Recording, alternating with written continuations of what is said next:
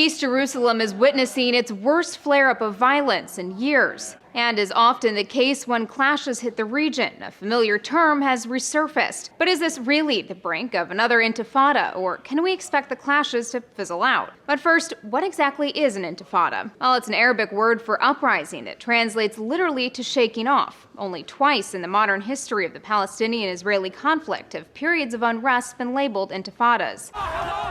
While there were immediate triggers for each of those uprisings, the long-term causes remained the same: Palestinian frustration with Israeli occupation. In 1987, the first intifada was triggered when an Israeli truck collided with two Palestinian vans, killing 4 passengers. Palestinians who believed it was intentional launched massive protests. They were met with live ammunition from the Israeli army. The rebellion quickly spread through the West Bank, Gaza Strip, and East Jerusalem, and lasted until the Oslo Accords in 1993. Then, in the year 2000, after a summer of failed peace talks, former Israeli Prime Minister Ariel Sharon, along with 1,000 police, visited the holy site in Jerusalem's Old City, known to Muslims as the Al-Aqsa Mosque. His visit prompted widespread riots, which led to the Second Intifada. The increased use of suicide bombings from militant groups, including Hamas, made this rebellion far bloodier than the first.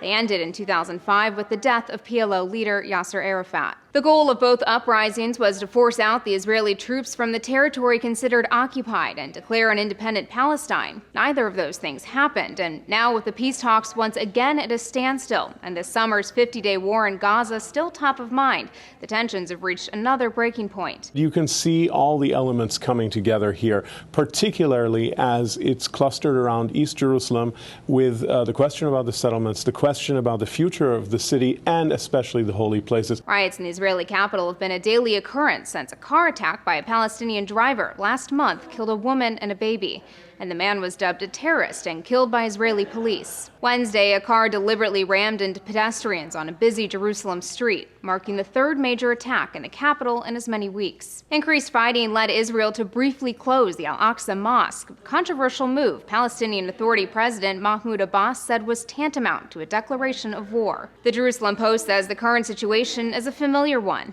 Anyone who lived here through the first and second intifadas will recognize the same jittery, nervous spirit in the streets. It used to be unsafe to board a bus.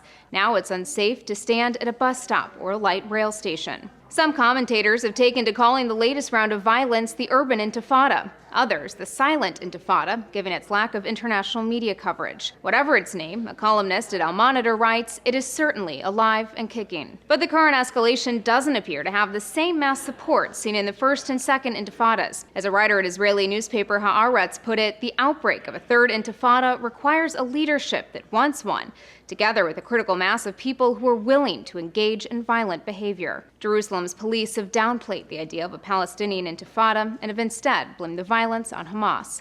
For Newsy, I'm Elizabeth Hagedorn, multiple sources, a broader view.